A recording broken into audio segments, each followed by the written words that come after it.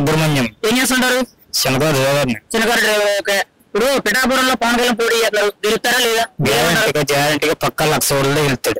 ఎందుకంత పక్కగా చెప్తున్నారు మీరు? షూర్ షూర్ అంటే అసలు పవన్ కళ్యాణ్ నన్ను గెలిచేసారు అని అన్నట్టు మాట్లాడుతున్నారు. ఎందుకు అంత నిజాయితీగా మీరు చెప్తున్నారు? ఆయన ప్రజలకు చేసి మంచి పనుల వల్ల. మంచి పనుల వల్ల. ఇప్పుడు పవన్ కళ్యాణ్ అసలు ఓటు వేయాలంటే ఎందుకు ఓటు వేయాలంటారు? ఆయన హెచ్చరికం చాలా మంచిది కాబట్టి అందుకని వేస్తారు. అంటే మంచి అయితే ఓటు వేయచ్చు అంటారా? వేస్తాడు. ఇప్పుడు మరి రాష్ట్రంలో అంత కుళ్ళు రాజకీయాలు, హత్య రాజకీయాలు, దౌర్జన్యాలు, రౌడీజం ఇవే ఉన్నాయి. మరి వీళ్ళందరూ ఎందుకు గెలుస్తున్నారు? పవన్ కళ్యాణ్ ఎందుకు మరి ఓడిపోతున్నాడు? పవన్ కళ్యాణ్ ఇప్పుడు ఈసారి ఓడండి పక్కన నెగ్గుతాడు. ఈసారి పక్కన నెగ్గుతాడా? మరి పక్కన నెగ్గుతాడని మీరు అంటారు. ముద్రగడ పద్మనాభం పక్క ఓడిస్తున్నాడు, ఆయన చల్లం చేస్తున్నాడు. ఒక ఓడించిన కూడా కాపు కూడా రెడ్డి పేరు పెట్టుకున్నాను అని చెప్తున్నాడు. ముద్రగడ పద్మనాభం గారు వేస్ట్ అండి. అది వేస్ట్ మాటలు నేనే. పవన్ కళ్యాణ్ పక్క నెగ్గుతాడు పిఠాపురం అండి. పక్క ఇప్పుడు ఎలక్షన్ దగ్గరికి వచ్చిందండి. రాజేష్ మహాసేన అనేవాడు మొన్నటి వరకు టీడీపీ జనసేన ఉమ్మడి కింద పీగన్నవరంలో సీటు తెచ్చుకున్నాడు.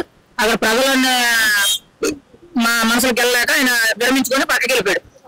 మొన్నటి వరకు జగన్ తిట్టాడు, ఇప్పుడు మళ్ళీ జగన్ మంచోడు, పవన్ కళ్యాణ్ చెడ్డాడు అన్నట్టు మాట్లాడతాడు. ఎంతవరకు కరెక్ట్ అంటారు?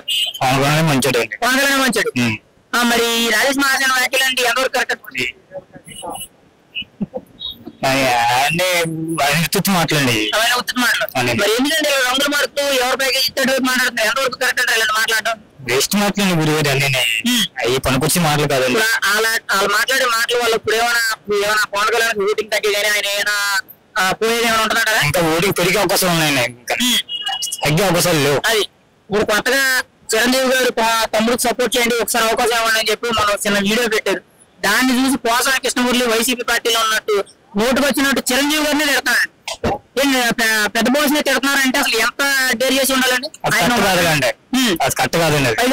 ప్రజారాజ్యం పార్టీలో 18 సీట్లు వచ్చిన నిలబెట్టుకోలేక అమ్మేసేవు, ఆ పార్టీని తీసేసేవు, నువ్వు చెప్పేది ఏంటంటే మొదటి వరకు చిరంజీవి గారు దేవుడు, ఆయన వల్ల నేను సినిమా ఇండస్ట్రీలో పట్టుకున్నానని చెప్పాడు. ఈ రోజు ఏమో దేవన్నట్టు మాట్లాడుతున్నాడు. ఇలా ఏంటండి జనాలందరూ ఎలక్షన్ దగ్గరకు వచ్చాడు కోవట్లో మాట్లాడుతున్నారు. వీళ్ళందరూ ప్యాకేజీలు అంటున్నాయట మాట్లాడుతున్నారు. అది ఫైనల్ గా అయితే అసలు ఏంటంటే వీళ్ళందరికీ బుద్ధి చెప్పే సమాధానం ఒకటి చెప్పండి. ఒక అభిమానం మీరేమంటారు? పక్కా నెగ్గుతాయండి. పక్కా షూర్. అది ఇలా అన్ని మాటలు పట్టించుకోవసం లేదండి. అది ఫైనల్ గా మెజారిటీ ఎంత వస్తుంటారు? 1,00,000. అంతే. అది ఆయన గుర్తండి.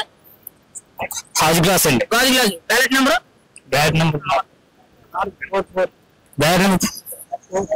అండి. 4 అది ఖచ్చితంగా గెలుస్తాడండి. పక్కా అండి. ఓకే.